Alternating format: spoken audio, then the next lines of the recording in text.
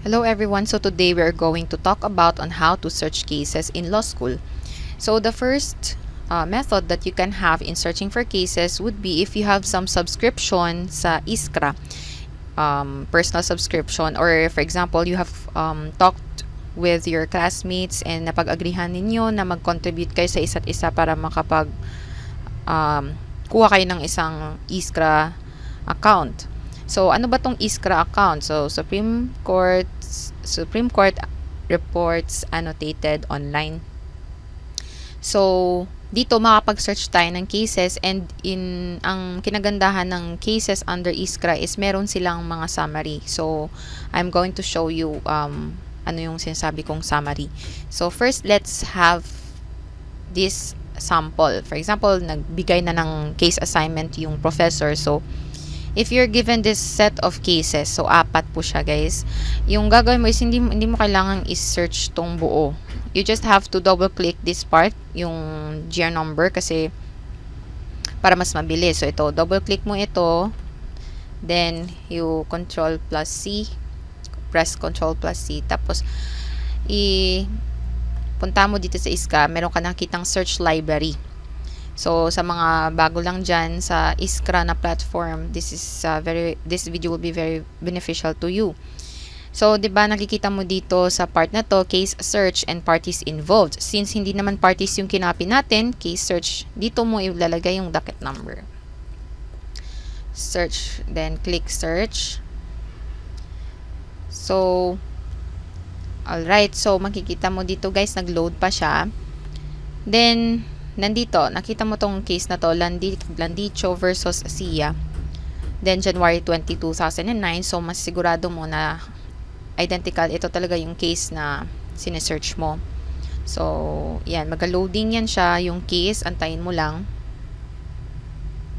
Okay, medyo matagal. Pasensya na guys. Okay, so ito na yung case na hinahanap natin. First case. What you need to do is just highlight this one using your mouse. Then after that, scroll down mo. Then press shift in your keyboard and left click. Okay? So after nyan, ma-highlight lahat guys. Okay. So after na ma-highlight mo lahat, press Control and P. Nakita mo, print siya guys. But hindi naman tayo need na mag-print. What we need to do right now is to just save this as PDF. So, meron tayong 23 pages all in this one case. So, medyo mahaba ito siya. Then, you have to click save. Okay. Wala kasi siyang saving mechanism. So, save mo yan dyan, guys. Copy mo dito yung sa Word mo na file. Okay. Para mas mabilis. Sorry. Okay, so click save. And let's check if nasi. As I was saying earlier, mas maganda para sa akin yung ESCRA because kung wala ka ng time, is pwede ka namang magbasa ng overview dito sa unahan na part ng isang ESCRA na case. Or SCRA na case, no? Kaso nga lang online lang siya.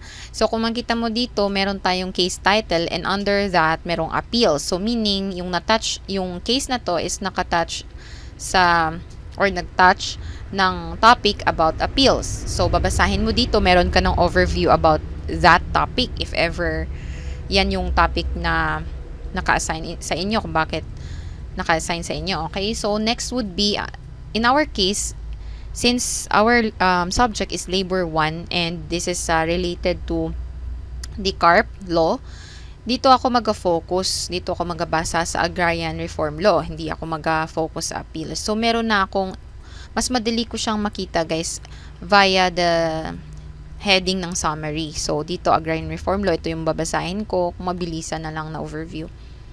Then, tenancy, words and phrases. Yung itong part na to, ito yung Supreme Court's ruling. Ito yung dinidiscuss sa ruling ng Supreme Court. So, somehow, dito mo yung itong part na to, makikita mo rin yan siya sa body doon mismo sa ruling ng Supreme Court. Kung makita mo dito guys, sa next na part, same. So, nung first year ko, hindi ko alam bakit may mga same. Kaya nainis ako magbasa ng ESCRA or I mean ang SCRA doon sa library namin kasi hindi ko alam bakit mga same to. So ngayon ko lang nalaman ko na lang in my higher years na yung Agrarian Reform Law, ibig sabihin same lang siya dito, Agrarian Reform. Tenancy, same lang din. Words and phrases, di ba yung nakalagay dito? Dito naman yung requisites yung nakafocus. So, yun. At least meron ka ng idea, guys. Same evidence na naman yung topic, but still under the Agrarian Reform and Tenancy. So, at least, di ba, meron kang overview before ka mag-proceed sa body ng case. So, paano malalaman na body na siya ng case? Dito malalaman yan. Meron tayo ditong ponente. Okay? Tapos, ito na talaga yung start ng facts ng case. Tapos, so, okay. So, ito na yung body. And, sa issue naman, finifine ko lang yan minsan. Okay, ito yung issues. The following issues. So, highlight mo na whether or not the petitioners are bona fide tenants of the land purchased by the respondent. Number 2 or second na issue, ganito, ganyan. Then, we deny the petition. So, ito na yung sinasabi ng ruling ng Supreme Court. So, this platform is for the ESCRA. Paano naman kung we will be using Google? And sa Google, meron tayong LAWPHIL and CHANROBLES. Alright, so first let's search google.com. Then i-search mo yung case. Same procedure. Year number lang, docket number. Tapos ilagay mo LAWPHIL. So etong case na to, open link in new tab. So, double check mo yung case title kung identical talaga sa hinahanap mo.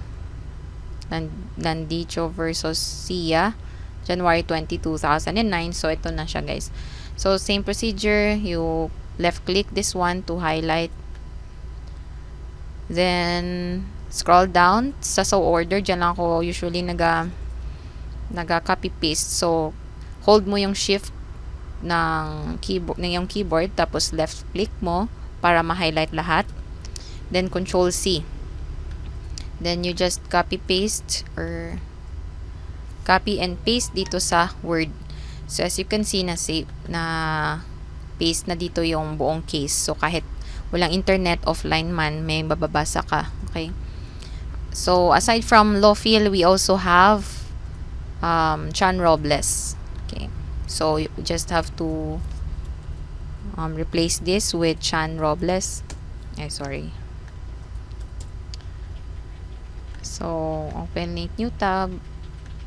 Then, dito makikita mo, ito naman yung sa CHANROBLES na format. Okay, and dito yung case title, Landicho versus Sia, the same. Then, January 20, 2009, yung ating ponente, the same po ng CJ. Okay. So, still the same procedure lang siya until sa so ordered. Yan. Okay, so depende lang sa'yo kung ano yung much preferred mo na method. Okay, so that's it for today's video. Hope na nakatulong sa inyo, and if yes, please share this with your other friends na bago pa sa law school and those who are preparing to go to law school para magkaroon na rin kayo ng idea and makapagbasa na rin kayo ng case. And also please consider subscribing and liking the video kung nakatulong siya sa inyo, guys. Thank you so much for watching, and God bless and keep safe.